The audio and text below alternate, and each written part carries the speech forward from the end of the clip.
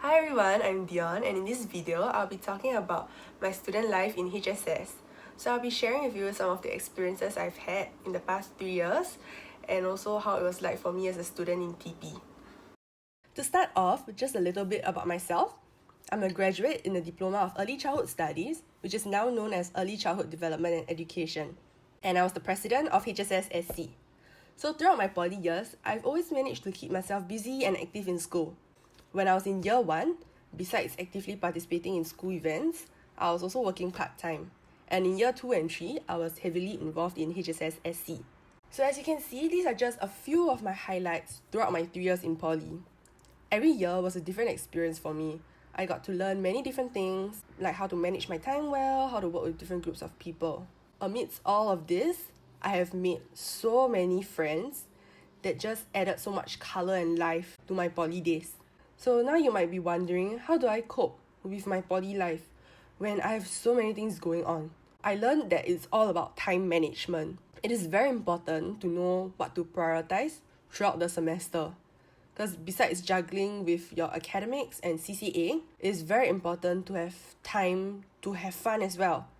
Be it spending time with your family, friends, or just having some time to yourself. So now I'm going to share with you 4 little tips that I live by and how it has helped me in my 3 years in poly. So tip number 1 is to read your assessment descriptors. For every module we take, there's usually an assessment descriptor for it via LMS.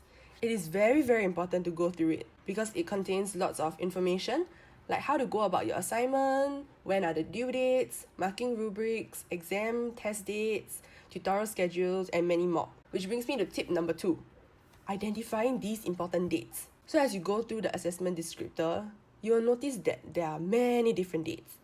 So this is when it starts to get a little bit overwhelming. Don't worry, just highlight them and make sure that you are roughly aware of when your assignments are due. And together with that, I'll write down all the dates of the upcoming events that I have. Which brings me to tip number 3, planning the timeline of the semester. After I've identified all the dates, this is when you'll start to see that there are certain weeks when it's more than one assignment that is due, there are events going on, and this is when planning the timeline will save your life. When you plan, you will know how early you should start on an assignment and how you can space out your time so that you're not overworked and it will not clash with events that are going on. So my last tip is to always have your planner or calendar with you. It varies for different people. Some will use the calendar app on their phone or laptop, some have a physical planner, some might even have a simple notebook. So by having all these things around you, it serves as a physical reminder for you to constantly check when your due dates are and when the upcoming events are, so that it helps you to stay on track as well. Now I'll show you an example of how I put all these things together. So on the left, you see that I wrote down all my assignment due dates, the test dates in chronological order, so that I know when to start on a certain assignment and if I should start on them earlier. And on the left is my laptop calendar, where I put in all the assignment due dates as well as event dates and whichever important dates. So this calendar is actually synced to my phone. So I do refer to this very often, especially when I plan things with my friends or family, so that I make sure I'm not double booked or if like I arrange too many meetups in a week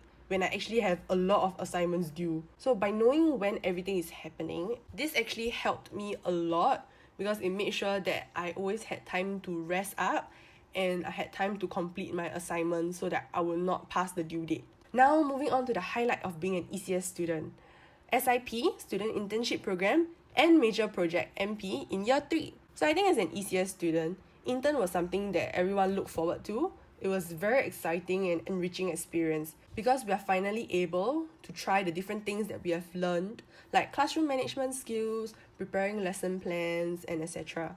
So personally, my intern experience really helped me to see what the reality of being in the early childhood sector was like, but I also learned many new things beyond what the textbooks can teach me, like how to incorporate different classroom management skills to cater to the different children. But at the end of the day, this sense of fulfillment I get when I see that I managed to impact the children positively, is a really nice, warm, fuzzy feeling. So for major project, it definitely is not something new because we are already equipped with the skills and knowledge through modules that we took in year 1 and 2. However, it is a whole different ball game to try to complete the assignments while being an intern. For me, it was especially tiring and draining because there were days where after intern, I had to go back to school for meetings. But I tried my best to plan out my time so that I can start on my assignments way earlier and do them like bit by bit. So an example would be like essay writing or research. I know that I have to start on it much earlier because I know that I take a longer time to get through with it. Like many other ECS students, this aspect was always an obstacle for us, not knowing where to begin. And personally, I always struggle with looking for journal articles or rephrasing sentences. But I will always make it an effort to spend a little bit more time to sit down during my lunch breaks or when I'm traveling back and forth to search for articles or to just put my thoughts down when I think of my assignment topics. Now, HSS has given me lots of opportunities to be part of different events and experience the HSS spirit. As a freshman, I can still vividly remember the warm and vibrant culture my seniors showed me back then. And that made me sign up to be part of freshman orientation as a student leader in year 1. So I was actually part of FO for all 3 years, and they were all memorable, enriching, and unique experiences. In my first year, I was a GL, so I was able to interact with many freshies firsthand. Some of them are now my good friends actually.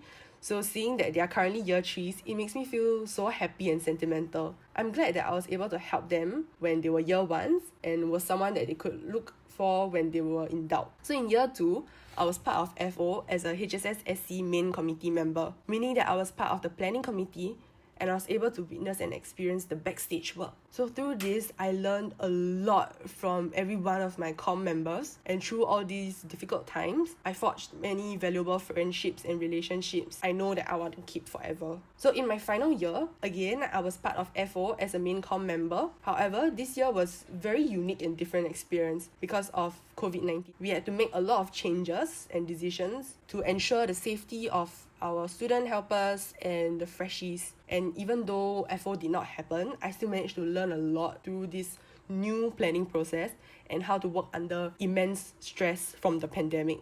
So another enriching HSS event was being part of project coordinators, PICO, for all 3 years as well. So PICO is actually the subcommittee in HSS. In year 1, I joined PICO and I made friends with my PICO group, and they were the very first group of friends I had outside of my class. So they were the people that actually made me who I am today. They helped me step out of my comfort zone. They are also the people that encouraged me to join HSS SC. So in my second year, and being part of HSS SC, I was the PICO head, meaning that I was in charge of all PICO related matters. So being the PICO head, I learned so much. From handling admin matters to liaising with different groups of people when things clashed, and knowing how to make sure that games and activities that we carry out are safe and visible. So I'm really thankful for the opportunity to be a PICO head, as it really helped to bring out the best in me as a leader.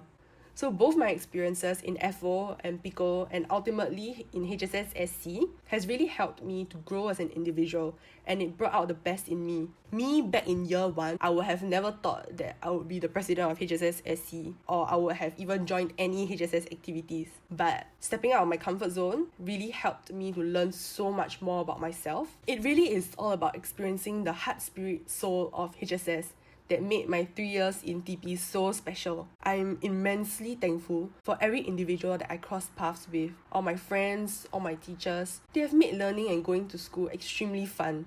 So before I end my video, I would like to share 3 tips and advice on how you can maximize your student life in HSS. So number 1, be involved. It does not solely have to be HSS activities. It can be any other activities across TP as well. So being in poly is not just all about studying. It is also how you spend your time outside of the classroom, outside of academic matters, because that is where you might get to learn something new about yourself. Number 2, never be afraid to try. If you ever see an opportunity for something new, go for it. It might be something that you are unsure of, but if you never try, you will never know if it's really something for you or not, and what kind of experiences you might gain from it. You will only get to experience 3 years of poly once. If you miss the chance, you might never get it again. So be brave, step out of your comfort zone, and try something new. So last but not least, take control. Be responsible for yourself and what you wish to see in yourself after you have completed 3 years of poly. If you ever find yourself saying that, oh my god, my poly life is so boring, well, find something to make it more interesting. You are in control of your own day-to-day decisions, planning out your time, and what are the things that you want to do. If you can plan your time well, you will be able to study hard, play hard, while working towards what you want. With that, that's all from me. Thank you for listening. Stay safe and all the best for the rest of your semester.